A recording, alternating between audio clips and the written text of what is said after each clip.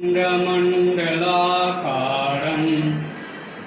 व्यक्तं येन चराचरं तत्पदं दर्शितं येन तस्मै श्रीगुरवे नमः।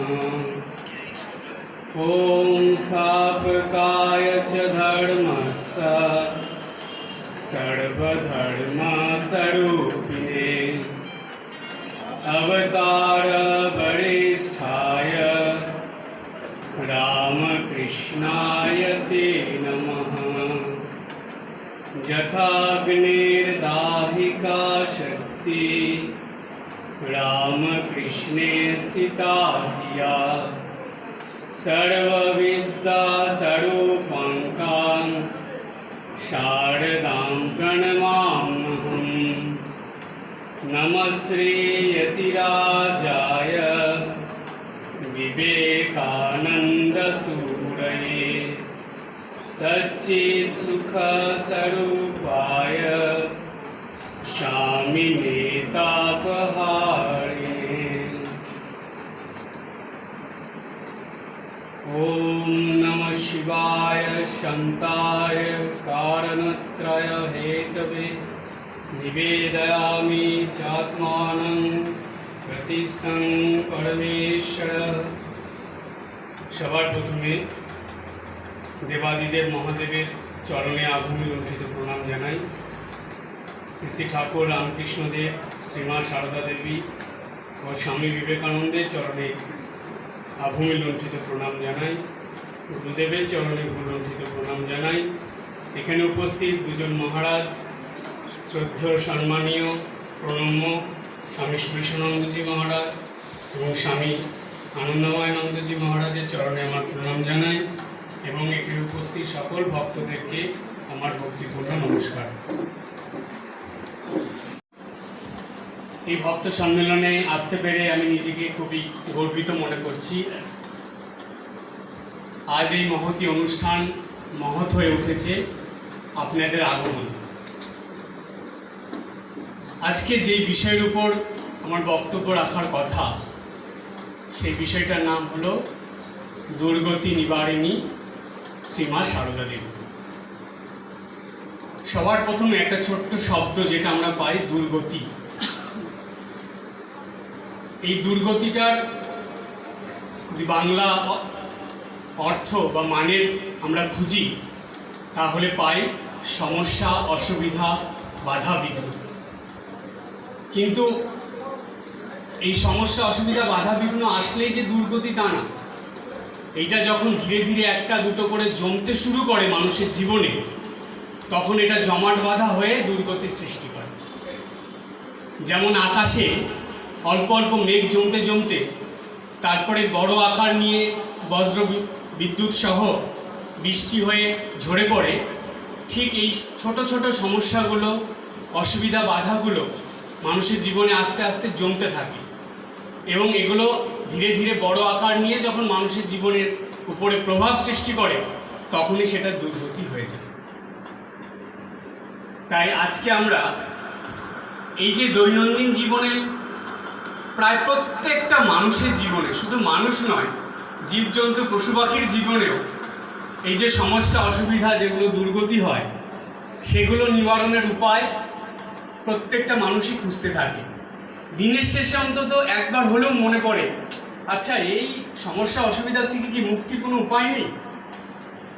এমন কি কোনো পথ আছে যেটা ধরে আমরা চললে এর থেকে অন্তত একটু সুখে, শান্তিতে, একটু আনন্দে জীবনযাপন করতে পারি, অন্তত একটু শান্তি তো দিনের শেষে পেতে পারি?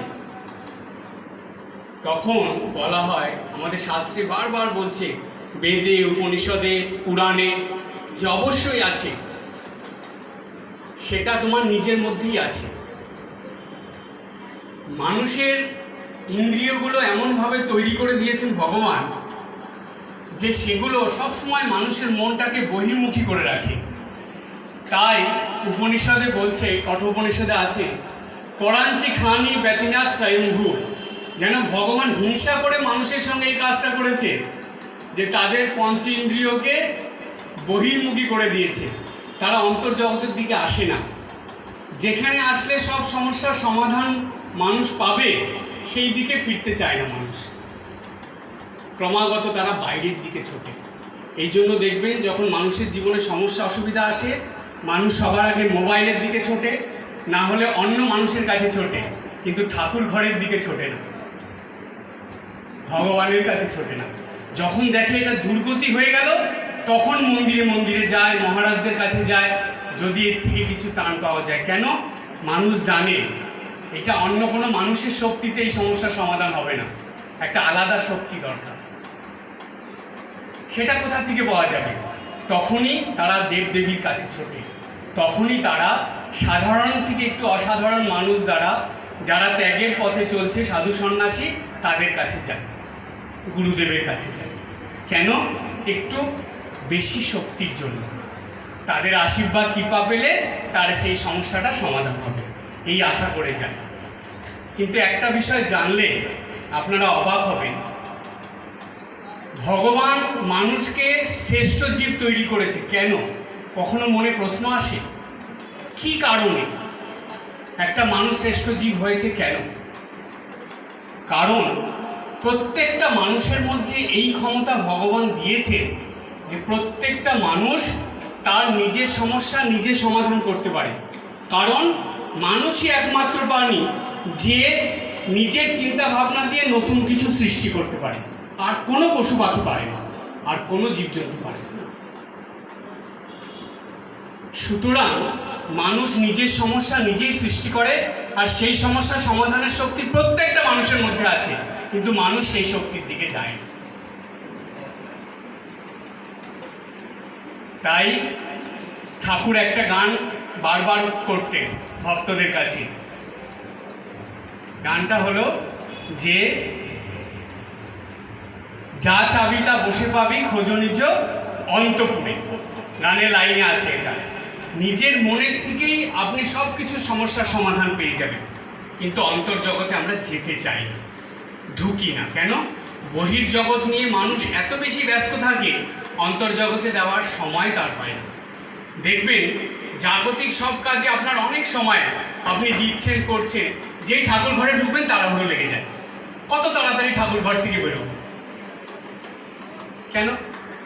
যেই জপে বসবেন দেখবেন মনের ভিতরে কেমন একটা অশান্তির সৃষ্টি হয়, কত তাড়াতাড়ি জপ থেকে উঠে অন্য কাজ করব। আমাকে একজন ভক্ত বলছেন, তখন আমি গৌহাটিতে ছিলাম, তো দেখা করতে এসে তিনি আমাকে বলছেন, মহারাজ একটা প্রশ্ন আছে। কি প্রশ্ন? বলছে আমি প্রভু মহারাজের কাছে দীক্ষিত, তো সেই মহারাজের কাছ থেকে দীক্ষা পাওয়ার পর অনেক বছর হয়ে গেছে, কিন্তু জানেন এখনো পর্যন্ত মন শান্ত হয় না। আমারও শান্ত হয় না মানে? বলছে যখনই জপে বসি মনের ভিতরে কী সব শুরু হয়ে যায়, মনটাকে কিছুতেই আর জপের দিকে রাখা যায় না। তখন মনে হয় কত তাড়াতাড়ি উঠে যাব জপটা ছেড়ে। কেন হয় তিনি জিজ্ঞেস করলেন। এই একটা প্রশ্ন। দ্বিতীয় প্রশ্ন, জাগতিক সব দিকেই মনটা যায়, কিন্তু এই দৈনন্দিন সাধনার জন্য যেন মন যেতে চায় না, আর সাধনার দিকে মন গেলেও যেন মনে হয় সময় কম পড়ে গেছে, যতটা সময় অল্প করে করে সেটাকে ছেড়ে দেওয়া। কেন এরকম হয়? দ্বিতীয় প্রশ্ন। তৃতীয় প্রশ্ন হলো যে অন্য সব কাজের মধ্যে মনের খুব একাগ্রতা থাকে, আমাদের মন খুব চায় সেগুলো করতে, কিন্তু আধ্যাত্মিক কোনো কিছুর দিকে মন সহজে কেন যেতে চায় না? তিনটে প্রশ্ন তার মনে আসে। তো এর জন্য আমি বললাম যে আপনার এই তিনটে প্রশ্নের উত্তর পাবেন একজনের জীবনে। এটা যে শুধু আপনার প্রশ্ন তা না, এটা প্রায় ম্যাক্সিমাম বেশিরভাগ ভক্তদেরই একই প্রশ্ন। তাহলে এই প্রশ্নের উত্তর, আমি বললাম এই প্রশ্নের উত্তর একজনের কাছেই পাওয়া যাবে, সেটা সহজভাবে। তিনি হলেন আমাদের জন্ম জন্মান্তরের মা, আমাদের একদম আপন সত্য জননী, তিনি হলেন শ্রীমা সারদা দেবী। দৈনন্দিন জীবনে শুধু সারদা মাকে ধরে জীবনযাপন করা, এটাই হলো বর্তমান সময়ে সব থেকে বড় সাধনা। এই সাধনাই আমাদের কাছে সবথেকে সহজ এবং সবথেকে উত্তম সাধনা। কেন? শ্রীমা সারদা দেবী উনি ইচ্ছা করলে পারতেন, তিনি তো জগন্মাতা, তিনি সংসার থেকে সরে গিয়ে নিজে জীবনযাপন করতে পারতেন। করলেন কি? করলেন না তো। তিনি তো সংসারের মধ্যেই থাকলেন, কত অসুবিধার মধ্যে তিনি জীবনযাপন করলেন, কত দিক সামলালেন তিনি, কিন্তু তার মধ্যেও তিনি দেখিয়ে গেলেন যে দৈনন্দিন সংসারের মধ্যে থেকেও কিভাবে ঈশ্বরকে ধরে জীবনযাপন করা যায়। তিনি তো অবতারের সঙ্গী ছিলেন, স্বয়ং ভগবতী ছিলেন।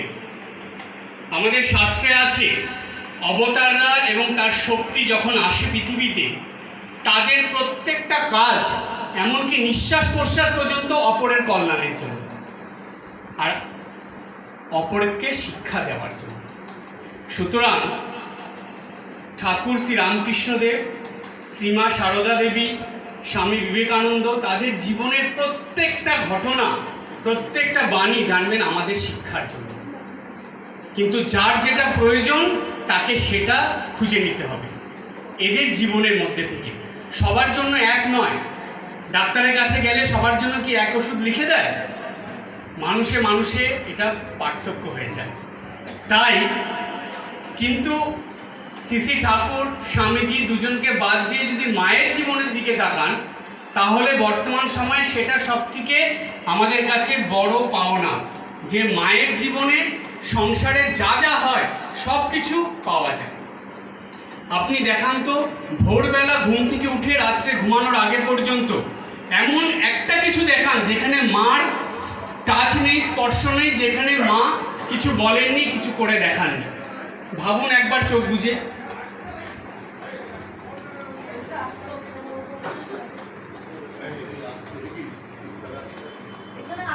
একটু চিন্তা করুন তো, যে ভোর থেকে রাত পর্যন্ত কি আছে এমন যেখানে মার স্পর্শ নেই? আসুন এক এক করে একটু ভাবি। ভোরবেলা ঘুম থেকে উঠে কি করণীয় মা দেখিয়ে দেননি নিজের জীবন দিয়ে? দেখিয়ে দিয়েছেন তো। তারপরে জপ ধ্যান প্রার্থনা সেরে নিত্য পুজো করেছিলেন মা, করতেন, শিক্ষা দিয়েছেন। তারপরে সংসারের কাজ নিজে হাতে রান্না করতেন, সবজি কাটতেন, করতেন।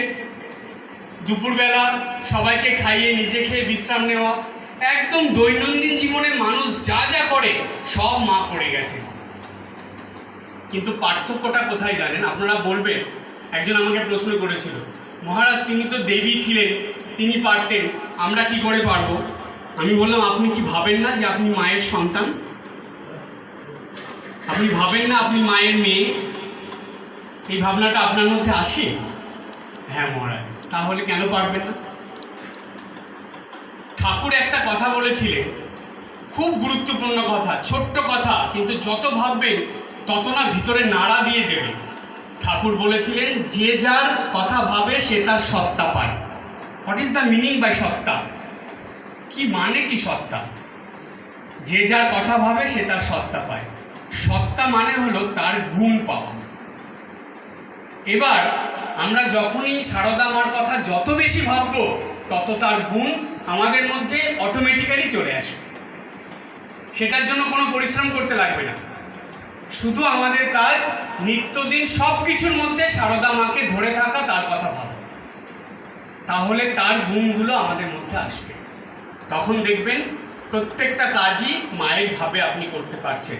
আর যেদিন এই মায়ের ভাবনা নিয়ে আপনি কাজ করতে পারবেন, ভোর থেকে রাত পর্যন্ত সারাটা দিন যাপন করতে পারবেন, দেখবেন অন্তত রাত্রেবেলা শোয়ার আগে মনের ভিতরে এই শান্তিটুকু পাবেন যে না, আজকের দিনটা আমার বৃথা যায়নি,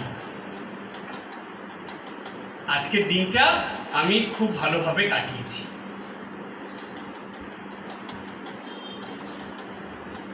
সারদা মার জীবনে আমরা দেখেছি, যার যখন যেটা অসুবিধা হয়েছে তারা দৌড়ে এসেছেন মার কাছে। শিরোমণিপুরের মুসলমানরা, আমজাদ, যখনই অসুবিধার মধ্যে পড়েছে ছুটে এসেছেন মার কাছে। আপনারা মায়ের জীবনে এমন কোনো ঘটনা দেখাতে পারবেন যে যার অসুবিধা নিয়ে মার কাছে গেছে এবং মা তার সমস্যার সমাধান করে দেয়নি? কোনো ঘটনা এরকম নেই। তাহলে আমাদের বেলায় কেন হবে না? আমরা কি তার সন্তান নই? এই বিশ্বাস কখনো আসে না মনে যে আমরা গেলেও মা করে দেবেন আমাদের সমস্যার সমাধান? এই জন্য তো তিনি এসেছিলেন, এই জন্য তো তিনি কৃপাময়ী মা। না হলে সেই নামের সার্থকতা কোথায়? না হলে স্বামীজি সারা চণ্ডীর সমস্ত প্রণাম মন্ত্র বাদ দিয়ে সবার প্রথমে শুরু করে দিলেন কি? মায়ের স্তোত্র। বললেন মায়ের জন্য কোনো স্তোত্র আমি লিখবো না।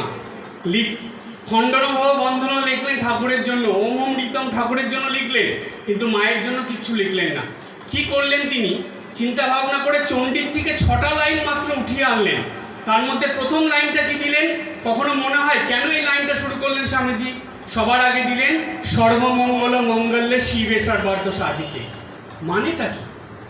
কেন দিলেন তিনি এই কথাটা? এটা দিয়েই কেন শুরু হচ্ছে? কারণ এই মঙ্গলময়ী মাই আমাদের জীবনে নিত্যদিন সর্বক্ষণ দরকার। কারণ তার মঙ্গলের, তিনি সমস্ত মঙ্গলের মঙ্গলময়ী, মানে তার কাছ থেকে এই মঙ্গলের সৃষ্টি, তার কাছ থেকেই মঙ্গলের উৎস এবং তার কাছ থেকেই তার ব্যাপ্তি। সুতরাং সর্বমঙ্গল মঙ্গলে, সমস্ত মঙ্গলের মঙ্গল স্বরূপী জননী তিনি। সুতরাং মানুষের জীবনে অমঙ্গলের ঘন ঘটা, তার মধ্যে একমাত্র সারদা মাই আছেন যার এই শক্তি, মঙ্গলের শক্তি তার কাছে। শিবে সর্বার্থ সাধিকে, যিনি আমাদের সব কিছুর পূরণ করে দেন। শিবে মানে শিবপত্নী পার্বতী। সেই মায়ের শরণ নিলে, শরণ্যে ত্রম্বকে গৌরী নারায়ণ, সেই মায়ের শরণ নিয়ে চলার জন্যই বলা হচ্ছে আমাদেরকে। সুতরাং এই মাতৃ শরণে আমাদের জীবন নিত্যদিন সফল হবে। এবার যদি আপনারা বলেন যে মহারাজ আমি তো মা, আমরা তো মাকে ধরেই চলি, মাকে নিয়েই আছি, কিন্তু একটা কথা বলি, মাকে বাইরে দিয়ে ধরা নয়, চোখে তাকিয়ে ধরলাম, মায়ের ছবি স্পর্শ করে প্রণাম করলাম, আমরা মাকে ধরে আছি, একটু মায়ের কথা বললাম না, এইটা মাকে ধরা নয়। মাকে ধরতে হবে অন্তর দিয়ে, মাকে ধরতে হবে অন্তর। সেই জন্য তিনি হলেন মায়ের আর এক নাম অন্তর্যামিনী। তিনি অন্তরে আছেন, এইখানে অনুভব করতে হবে যে সর্বদা মা আমার সঙ্গে আছে। সুখে দুঃখে, আপদে বিপদে, দুঃখে কষ্টে শোকে তাপে সেই এক জননী আমার সঙ্গে আছেন। কারণ তিনি নিজে মুখে বলে গেছেন, এটা প্রতিজ্ঞা মায়ের, এটা শুধু কথার কথা নয়। যেমন গীতাতে ভগবান অর্জুনের কাছে প্রতিজ্ঞা করেছিলেন, ক্রন্তেয় প্রতি জানিহি নামে ভক্ত প্রণশ্যতি, তুমি এটা জেনে রাখো যে আমার ভক্তের কখনো বিনাশ হবে না, এটা প্রতিজ্ঞা করেছিলেন ভগবান। ঠিক তেমনি শ্রীমা সারদা দেবী প্রতিজ্ঞা করে গেলেন আমাদের কাছে। কি বলেছিলেন? মা, জানবে তোমার আর কেউ না থাক, একজন মা আছে। এটা কি শুধু কথার কথা? তিনি তো আছেন আমাদের সঙ্গে। আর কেউ না থাক, আমার মা আছে, এই একটা ভাবনা দেখবেন আপনাকে কতটা মনে শক্তি এনে দেয়। কেউ আমার সঙ্গে কথা বলুক না বলুক, কেউ আমার পাশে থাকুক না থাকুক, কেউ আমার সঙ্গে চলুক না চলুক, ডোন্ট কেয়ার, আমার মা আছে। ছোটবেলায় কি মনে আছে? ছোটবেলার কথা বাচ্চাদের কি হয়? কেউ থাকুক না থাকুক, তার মা থাকলেই হলো। তা আমরা বড় হয়ে এটা কি করে ভুলে যাই? এটাই তো আমাদের ভাবনা, আর কেউ থাকুক না থাকুক, আমার মা আছে। আর মায়ের জীবনে এটা দেখা গেছে যে যারাই মাতৃ শরণাগত হয়ে থেকেছে, মা জীবনের শেষ সময়ে এসেও তাদেরকে নিয়ে চলে গেছে। স্থান তো দুটোই, হয় রামকৃষ্ণ লোক নয় সারদা লোক, যেতে তো হবে আমাদের সেখানে। সুতরাং সেখানেই যদি আমাদের গন্তব্যস্থল হয়, তাহলে এখন থেকে কেন সেই পথে চলবো না? কেন আমরা জাগতিক অন্য পথের দিকে যাব? রামকৃষ্ণ মঠ মিশনের সকল ভক্তদের সাধনা কি জানেন? সকল মঠ ভক্তদের সাধনা এটাই যে আমরা মায়ের কাছ থেকে এসেছি, মায়ের কাজ করছি, আবার মায়ের কাছেই ফিরে যাব। এটাই হলো আমাদের সাধনা। মাতৃ অনুব্রত প্রাণ, মাতৃময় প্রাণ। ছোট্ট একটা নাম মা। শিশু সবার আগে কোন নামটা উচ্চারণ করে? মা। এই যে নাম, এই নাম কিন্তু সারা জীবনে ভোলার নয়। আর ওই একটা নামের মধ্যে আপনারা জানেন, ভালোভাবে মায়ের নাম উচ্চারণ করলে চোখের জল চলে আসে। কতটা স্নেহ, ভালোবাসা, করুণা এই নামের মধ্যে আছে। সেই জন্য আমাদের নিত্যদিন সকালে ঘুম থেকে উঠেই মা, সব নিত্যদিনের চলার পথে মা, এবং দিনের শেষে রাত্রে শোয়ার সময় মা। সব কিছু মাতৃচরণে সমর্পিত। আপনারা সারদা মায়ের ধ্যান মন্ত্র একটা আছে জানেন? সেই সারদা মায়ের ধ্যান মন্ত্রটা আপনারা সবাই সংস্কৃততে শুনেছেন। সংস্কৃততে শুনলে কি হয়, ধ্যান মন্ত্রটা খুব একটা বেশি ওর মধ্যে আকর্ষণ আসে না। যদি মনে হয় যদি একটু বাংলায় সহজভাবে পাওয়া যেত, তাহলে আমরা ধ্যান করতে পারতাম। আজকে এই ধ্যান মন্ত্রটা একটু ধ্যান করে আলোচনা শেষ করব। আপনারা সবাই একটু চোখ বুজে বসুন, বসে মায়ের ধ্যান করবেন। মাকে ভাবুন, আমি ধীরে ধীরে বাংলায় ধ্যান মন্ত্রটা বলবো, সেটা আপনারা একটু ধ্যান করবেন। সবাই চোখ বুজে বসুন, কেউ চোখ খুলে রাখবেন না, আমার দিকে দেখবেন না। সবাই মাকে দেখুন, চোখ বন্ধ করে নিজ হৃদয়ে মাকে দেখুন। সবাই চোখ বন্ধ করুন, মাকে ভাবতে থাকুন। এবার আমি ধীরে ধীরে যেই ধ্যানের কথাগুলো বলবো, আপনারা সেগুলো মনে মনে ভাববেন এবং শ্রীমা সারদা দেবীর সঙ্গে মিলাবেন। সেটা শুরু করছি। যতক্ষণ না শেষ হবে কেউ চোখ খুলবে না। আমি যখন চোখ খুলতে বলবো তখনই খুলবেন। শ্রীমা সারদা দেবীর ধ্যান। ভাবুন আপনার সামনে মা বসে আছেন, আপনি মায়ের সামনে অর্থাৎ মায়ের পায়ের কাছে আপনি বসে আছেন, বসে মাকে দেখছেন। মন যার প্রতি সহজেই ধাবিত হয়, সুখাসনে বসে কৃপাময়ী হয়ে যিনি রয়, দুই বাহু যুক্ত শান্ত দৃষ্টি বিশিষ্ট যিনি, প্রসন্ন বদনা দেবী প্রসন্নতা দান করেন তিনি। এটা একটু ভাবুন যে মন যার প্রতি সহজেই ধাবিত হয়, মায়ের এই রূপ এত শান্ত, এত পবিত্র, এত স্নিগ্ধ, কোনো দেবীর রূপ আপনারা পাবেন না।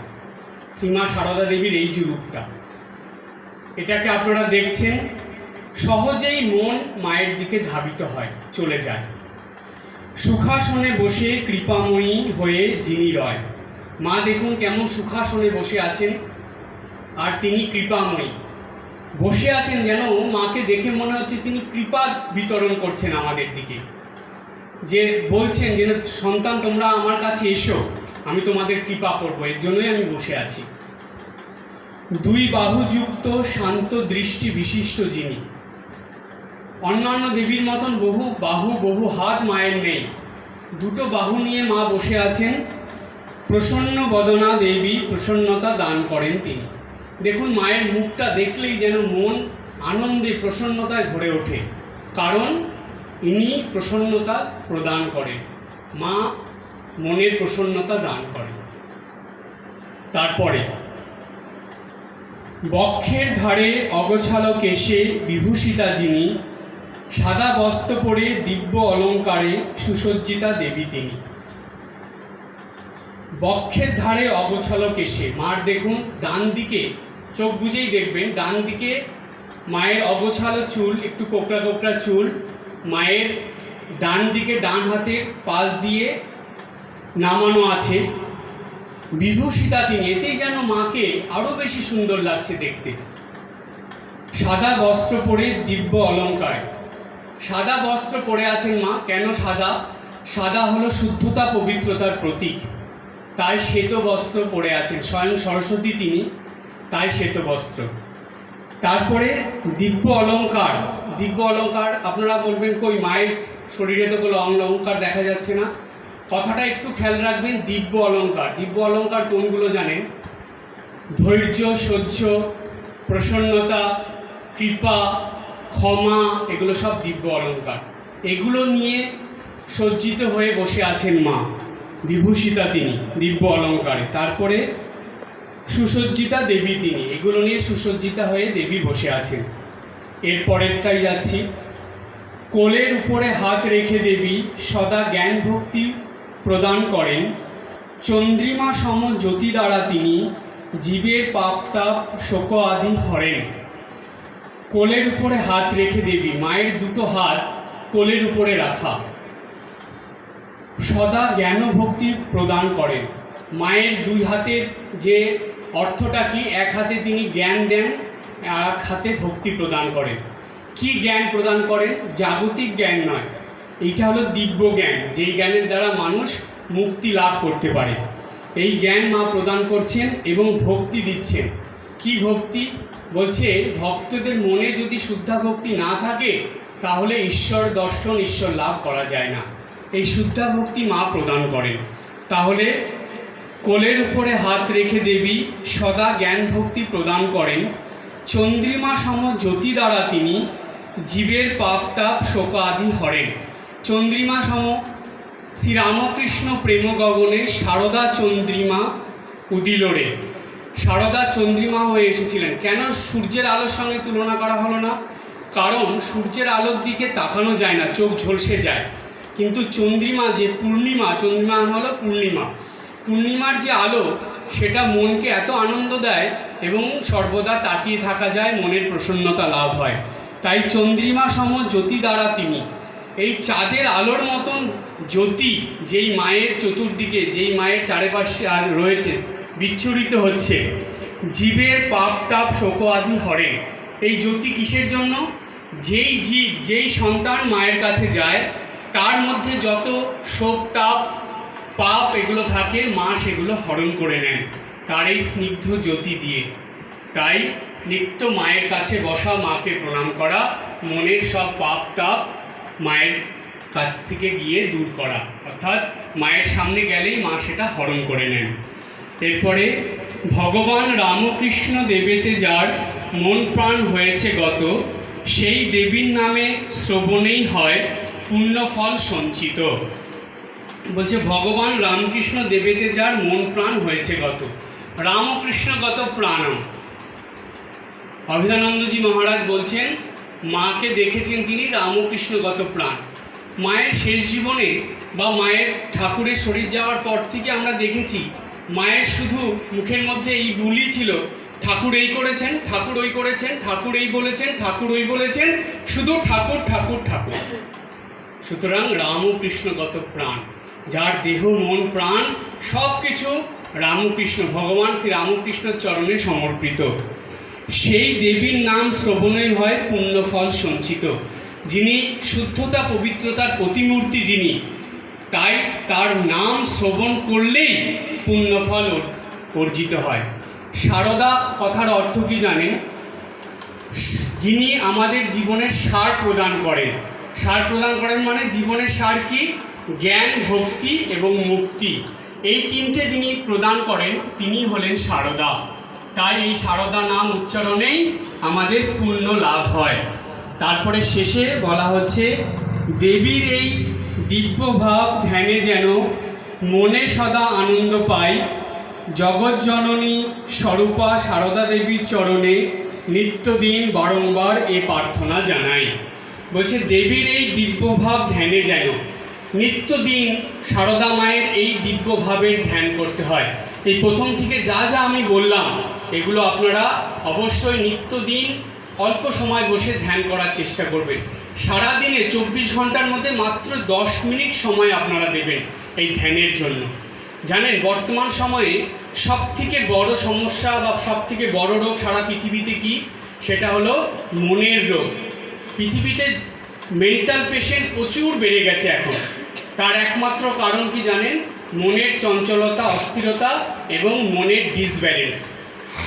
এটা মনের ব্যালেন্স আনার জন্য, চঞ্চলতা, অস্থিরতা, ধৈর্য সহ্য শক্তি বাড়ানোর জন্য নিত্যদিন 10 মিনিট শ্রীমা সারদা দেবীর ধ্যান করবেন। এই ধ্যান মন্ত্রটা চিন্তা করবেন, তাহলেই হবে। দেবীর এই দিব্যভাব ধ্যানে যেন মনে সদা আনন্দ পায়। এই 10 মিনিট ধ্যানের পর দেখবেন মনে একটা অন্তর্নিহিত আনন্দের ভাব প্রকাশিত হবে, আপনারা নিজেই বুঝতে পারবেন।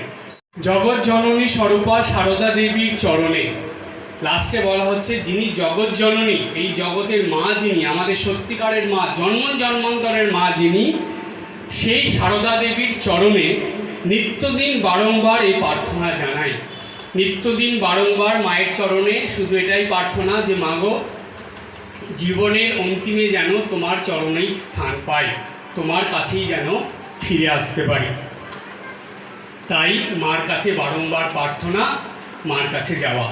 শ্রীমা সারদা দেবী একটা কথা বলেছিলেন, ছোট্ট কথা, সবসময় মনে রাখবেন। মা বলেছিলেন যে প্রার্থনার মধ্যে ভীষণ শক্তি থাকে, প্রার্থনা অসম্ভবকে সম্ভব করে তোলে। তাই নিত্যদিন চোখের জলে মায়ের কাছে প্রার্থনা করবেন, দেখবেন এই অসম্ভব সম্ভব হয়ে যাবে। আপনার জীবনে সুখ, শান্তি, আনন্দ ফিরে আসবে এবং আপনি নিত্যদিন এই মায়ের হাত ধরে আনন্দে কাটাতে পারবেন। জীবনের শেষে দেখবেন শ্রীমা সারদা দেবী এসেই আপনার হাত ধরে আপনাকে নিয়ে যাবে। এটাই তো আমাদের পাওনা। তাই আমরা যেন সর্বদা মাতৃ শরণাগত হয়ে মায়ের হাত ধরে জীবনযাপন করার অভ্যাস করি। আজকে এই পর্যন্ত। সবাই ভালো থাকবেন, হাসি খুশি আনন্দ থাকবেন। ওম জননীং শারদাং দেবীং রামকৃষ্ণং জগদ্গুরুং পাদপদ্মে তয়োঃ শ্রিত্বা প্রণমামি মুহুর্মুহুঃ।